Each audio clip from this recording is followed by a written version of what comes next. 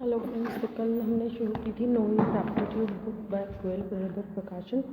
उसका मैंने A to C 3 worksheets जो हैं जिनमें ऑलमोस्ट 8899 क्वेश्चन थे हर उसमें, वो मैंने आपको करा दी थी। तो अब हम कर रहे हैं D part, that is analogy, letters के ऊपर ही, जिसमें लेटर्स के ऊपर ही सारी जो है वो करूँ।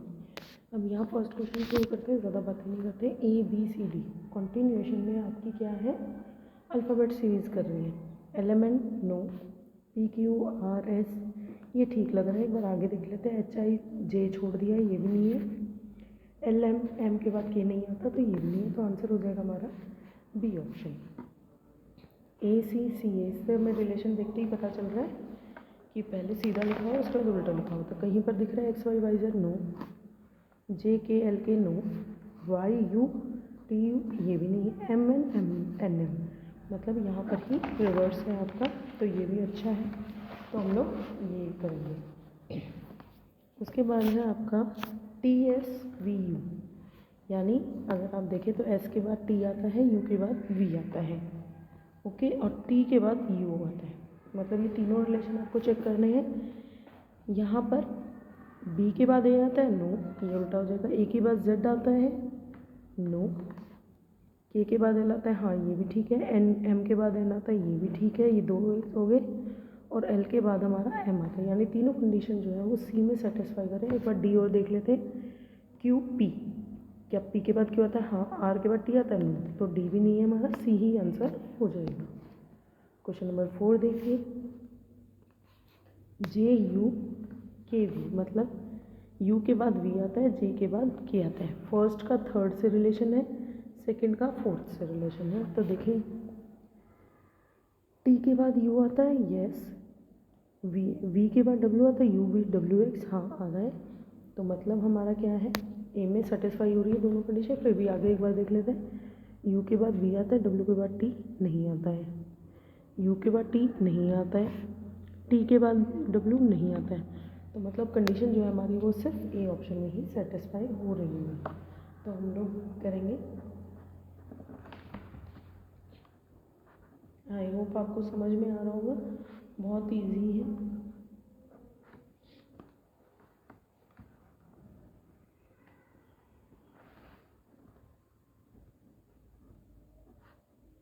उसके बाद देखिए नेक्स्ट क्वेश्चन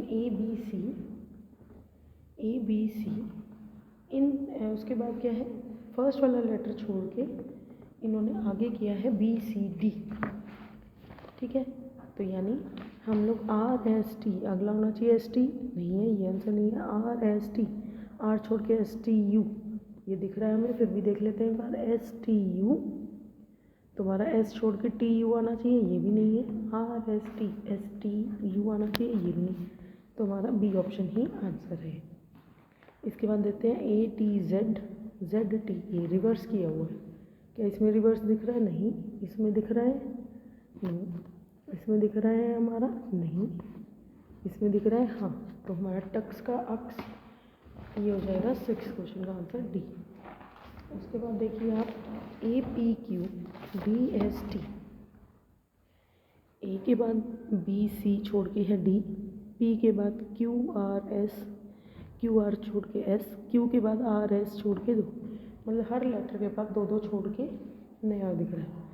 T के बाद UV छोड़ के W, ठीक है। U के बाद V, W छोड़ के X, ये भी ठीक है। J के बाद K, L छोड़ के M, तो ये तीनों कंडीशन हमारी A में सेटिस्फाई हो रही है। फिर भी आगे एक बार देख लेते हैं। LM नहीं, ये तो उल्टा हो गया। F ओके बाय FGHI ये ठीक है। OPQR ठीक है। PQRS तो ये तो हमारे C में भी सेटिस्फाई कर रहा है। एक बार और देख लेते हैं। ST ये नहीं है, तो हमारे दो ऑप्शन हैं जो है वो सेटिस्फाई कर रहे हैं। UVUVX KLM, तो हमारे जो है हो सकता है बुक में कोई प्रिंटिंग मिस्टेक है, क्योंकि हमारे PQR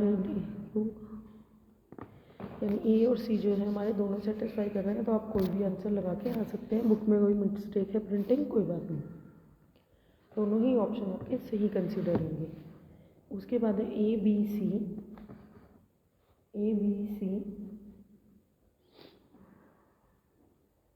डी छोड़ के ई एफ जी। तो ये सेम कंडीशन एक बार ऑप्शन में देखिए, R S T U V, एक छोड़ के यू छोड़ के नहीं, इसने यू तो लास्ट अगेन टी के बाद सीधा यू आर लिख दिया। डी ई एफ, तो जी छोड़ के एच आना चाहिए, नहीं। एल एम एन, ओ छोड़ के पी क्यू आर, ये ठीक लग रहा है। एक बार अगला भी देख लें, एल एम एन, ओ छोड़ के इसमें तो पी भी छोड़ दिया है, तो ये नहीं, ऑप्शन नंबर सी ही हमारा सही आंसर है। उसके बाद है Z Y X U V W X Y Z, मतलब इन्होंने रिवर्स हमारी जो है अल्फ़ाबेट लगाई है। रिवर्स अल्फ़ाबेट देख लेते हैं कहाँ पर है, इसमें भी नहीं है।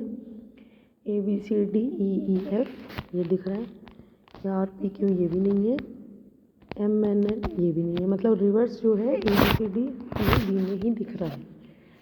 D E F F E D reverse कर दिया है, तो ये देख लेते हैं। ओ एन एम हमें ए में ही दिख गया, फिर भी आगे लिख लेते हैं।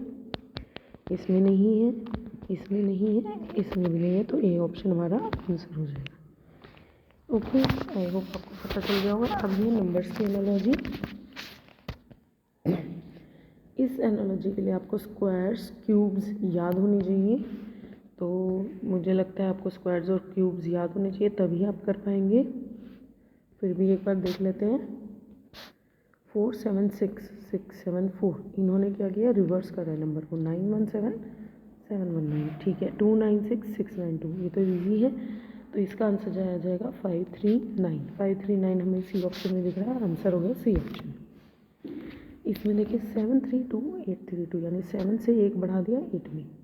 8 9 6 9 9 6 6 5 6 0 7 5 0, मतलब फर्स्ट डिजिट में 1 बढ़ा रहा है। तो यहाँ पर भी हम करेंगे 4 का हो जाएगा 5 2 9 एज इट इज़ रहेगा। 5 2 9 हमें दिख रहा है डी ऑप्शन में, तो आंसर हो जाएगा डी ऑप्शन।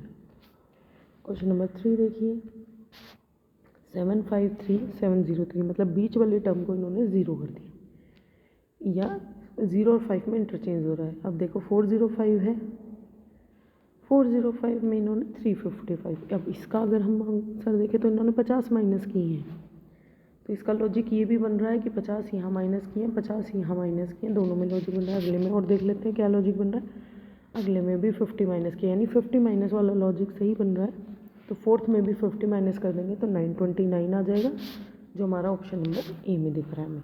ओके, तो आपको 2-3 लॉजिक लगाकर देखने पड़ेंगे, जो सेटिस्फाई कर रहा हो तीनों टर्म्स में वही हमारा फाइनल लॉजिक होगा। 4 1 6 3 में 3 माइनस कर रहे हैं, इसमें देखेंगे तो इसमें तो 3 नहीं माइनस कर रहा है, इसमें तो 1 जोड़ रहा है। और देख लेते हैं एक बार, और कोई 3 को 0 में इंटरचेंज किया है, यहाँ पे 1 बढ़ाया है। एक बार यहाँ देखते हैं, यहाँ पर क्या किया है, यहाँ पे 2 को 0 में चेंज कर दिया, मतलब लास्ट वाली चीज़ को 0 में चेंज कर दिया। तो अगले वाले में क्या करेगा, अगले वाले में 1 बढ़ा देगा। 6 3 9 7 दिख रहा है हमें, नहीं दिख रहा है, तो क्या करें